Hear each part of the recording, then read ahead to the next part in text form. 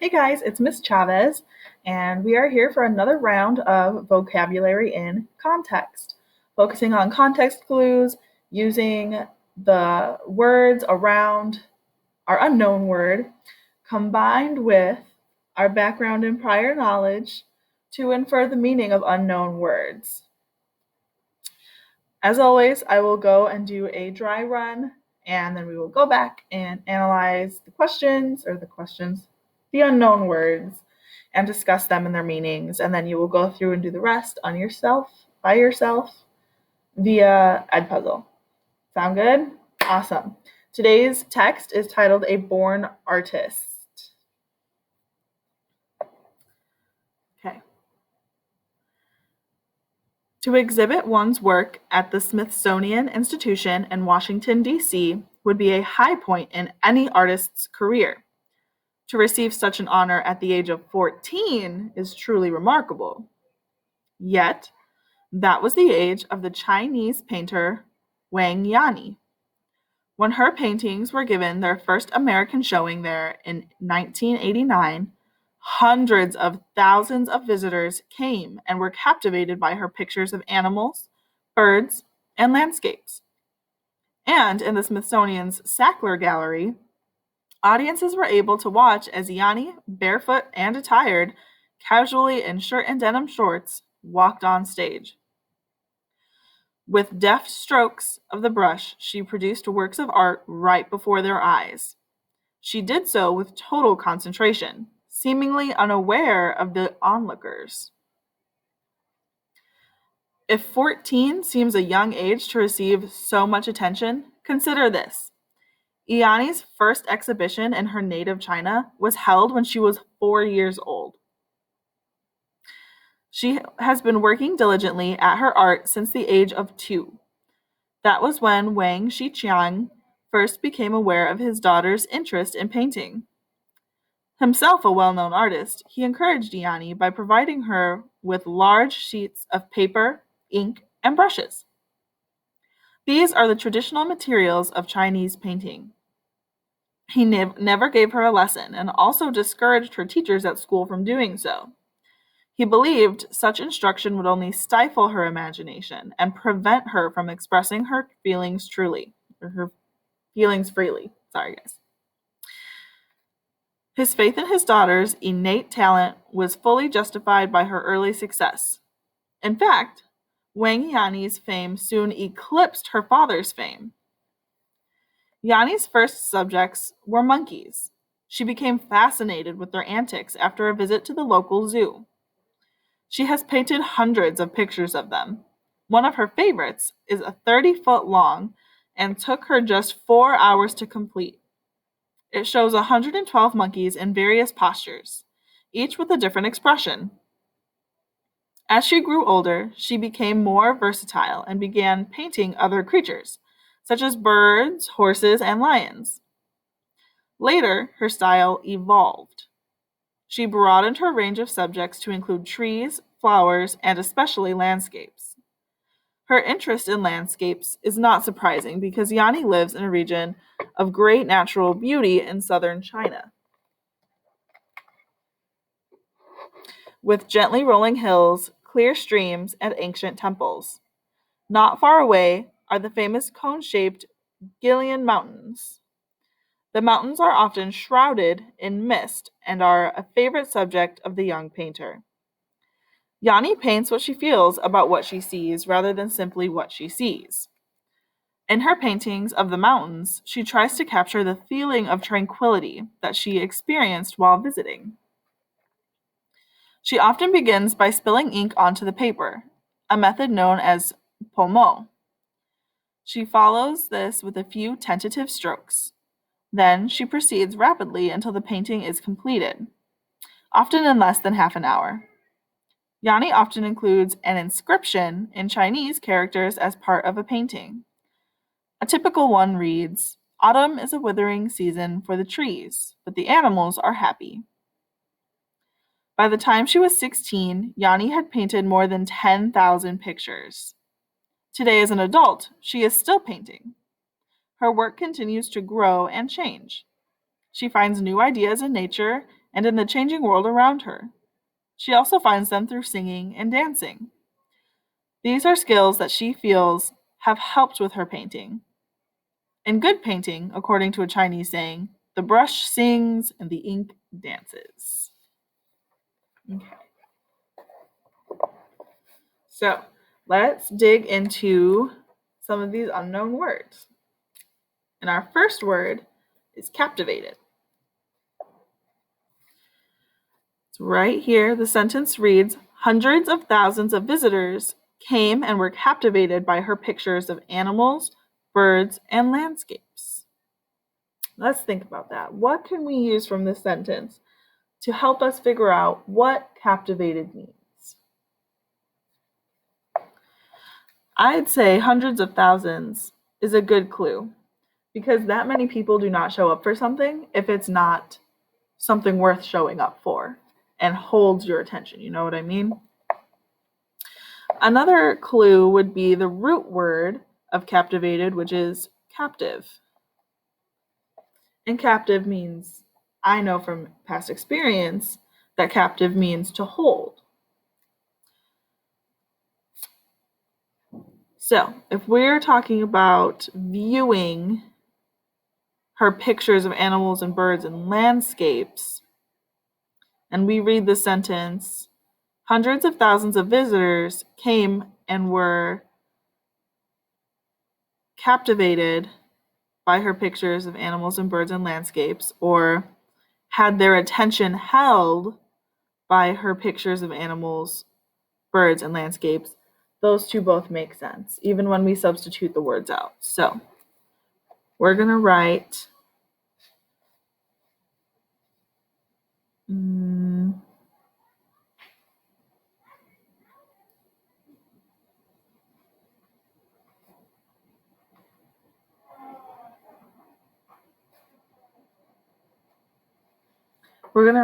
to hold slash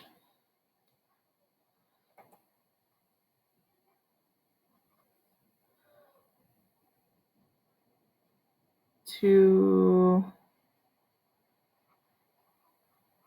hold attention.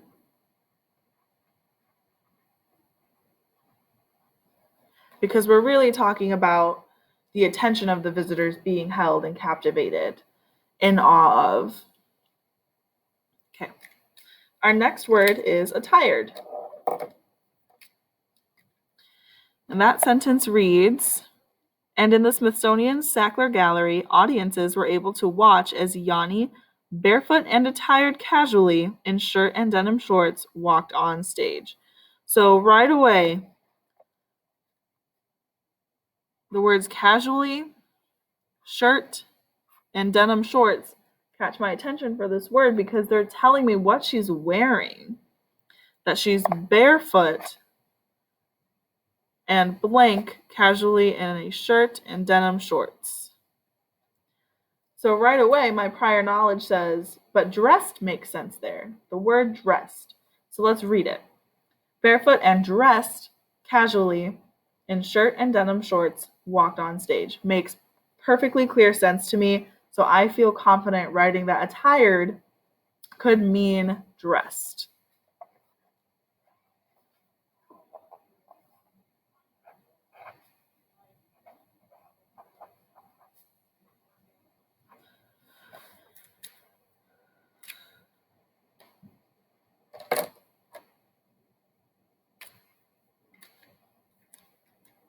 Okay.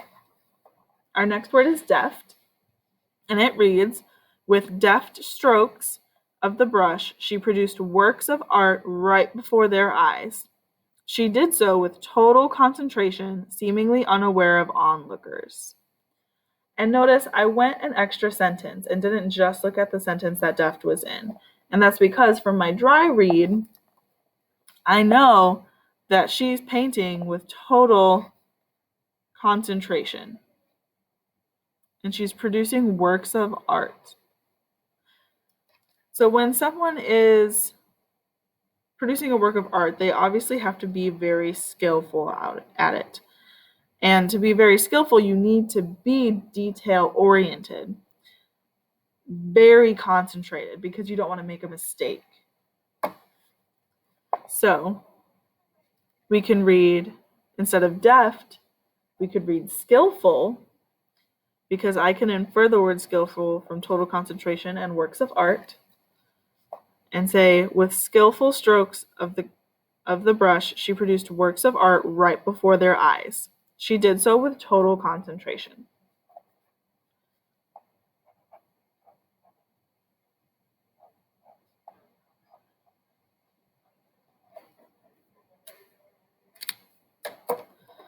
Okay, next we have diligent. And this reads, she has been working diligently at her art since the age of 2. That was when Wang Shiqiang first became aware of his daughter's interest in painting. She has been working diligently since the age of 2.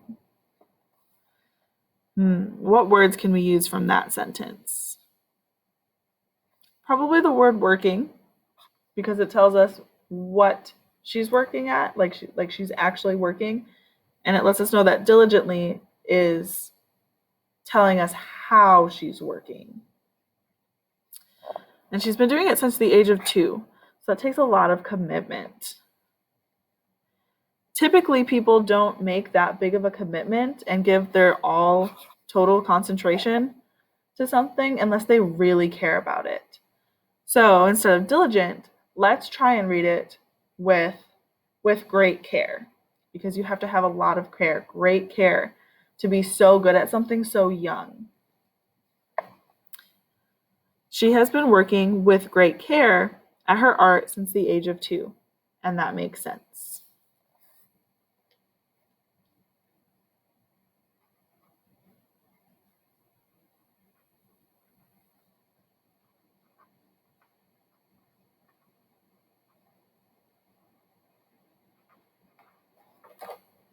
Okay. Miss Chavez dropped her cap. Give me 1 second.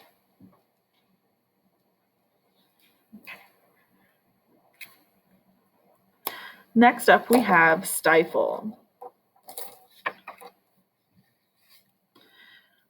And that reads, he believed such instruction would only stifle her imagination and prevent her from expressing her feelings freely. I'm also going to go back and read the sentence before that, which says, he never gave her a lesson and also discouraged her teachers at school from doing so. So for the word stifle, we're going to underline the word prevent, because that's going to give us a negative connotation, or let us know that the word stifle might not be a very happy word or a positive word. It's very stifling. It's preventing her from expressing her feelings.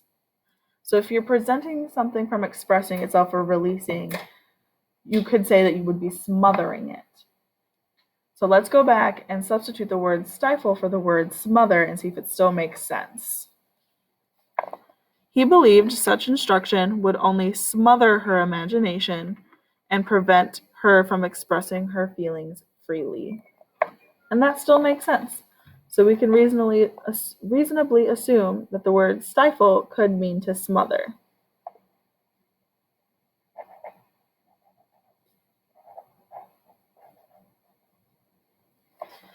And the word smothered means to cut off air or oxygen, to prevent from breathing, which in this context, her breathing would be her art. It's preventing her from expressing her art. Our next word is innate. And that sentence says, his faith in his daughter's innate talent was fully justified by her early success. In fact, Wang Yani's fame soon eclipsed her father's. The word innate.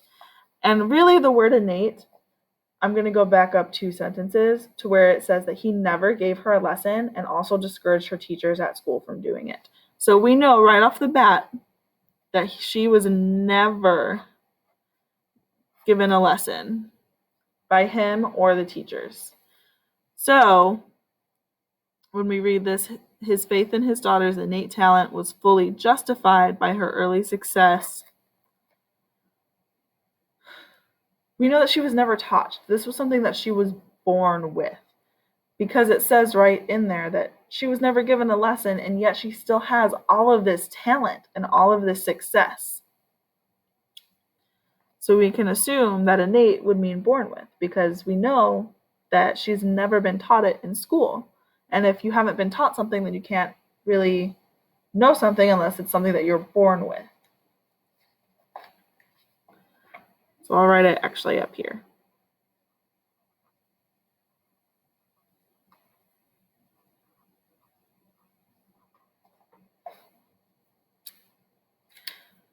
Okay, and then the last word that I'm going to do with you is the word eclipsed.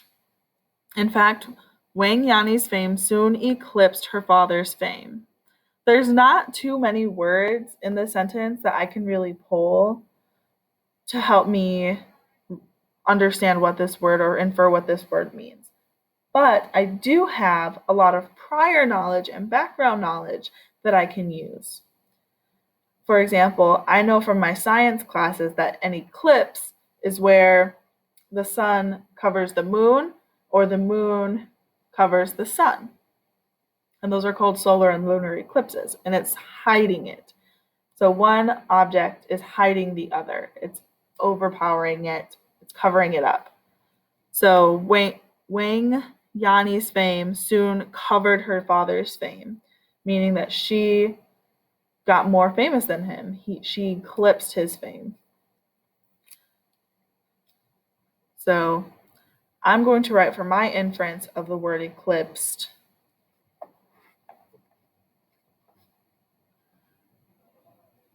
Covered.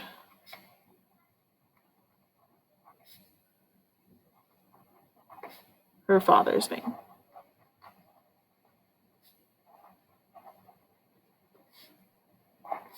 And I'm just going to put these in parentheses because the definition that I'm inferring is covered. And then her father's fame is just what I'm tacking onto it. All right. I will go ahead and read you the sentences of the words that you will be working on, and you will let me know your inference for them on Edpuzzle. Starting with antics. She became fascinated with their antics after a visit to the local zoo.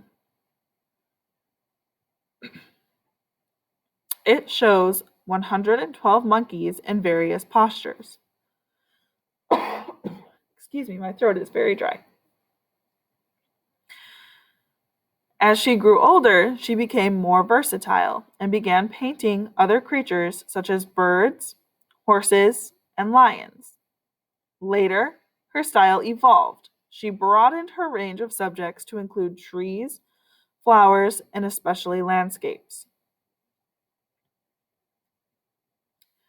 The mountains are often shrouded in mist and are a favorite subject of the young painter.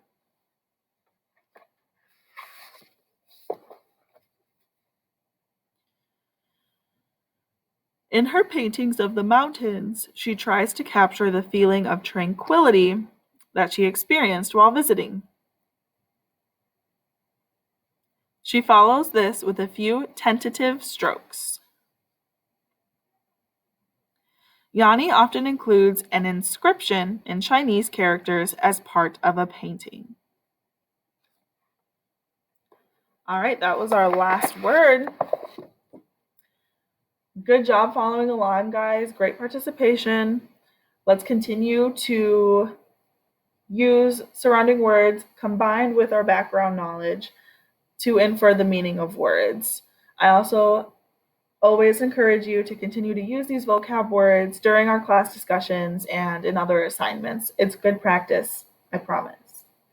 As always, leave any questions, comments, or concerns that you may have for us, along with any celebrations. All done. If I can find my mouse. There we go.